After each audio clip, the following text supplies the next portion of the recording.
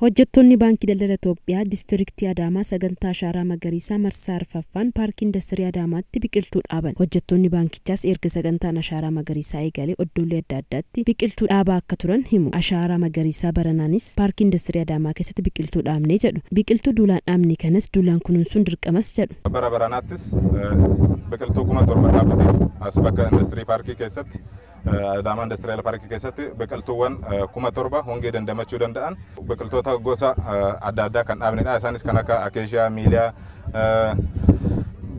zaafii Dirreedawaa kan jedhamu san akkasumas nyaataaf kan oolu avokaadoodhaa fi maangoolee dhaabnetti kan jirru. Amma moo egaa dhaabneen booda irraa fagaannee odoon ta'in deddeebinee bakka kanatti laallee too akkam kamtu qabate kamtu hin qabanne deddeebinee laaluu qabna. Dhaabnee too har'a dhaabnee too biraa fagaachuu danda'in hordoffii goonee yookaan namatti goonee to'achuun irraa eegama jechuudha.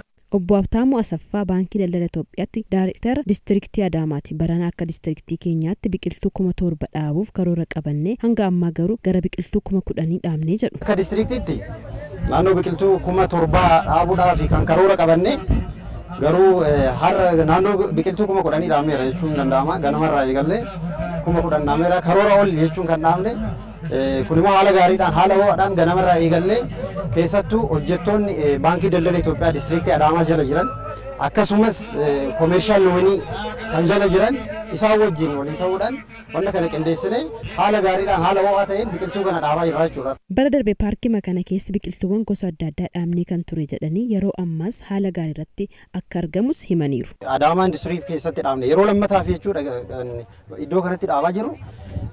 Kan dhaabne kana dura kan dhaabnes baay'ee haala bareedaa ta'een qabateera biqiltuun sun nama gammachiisa.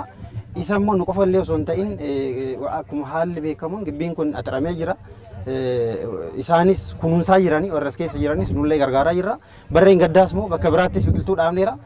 Naannoo 10,000 kan dhaabne innis haala gaarii ta'een qabateera. Wanna nama gammachiisu jechuudha biqiltuu dhaabu. Gara fuulduraattis biqiltuuwwan nyaataaf oolan dhaabuu irratti akka xiyyeeffatanis himu.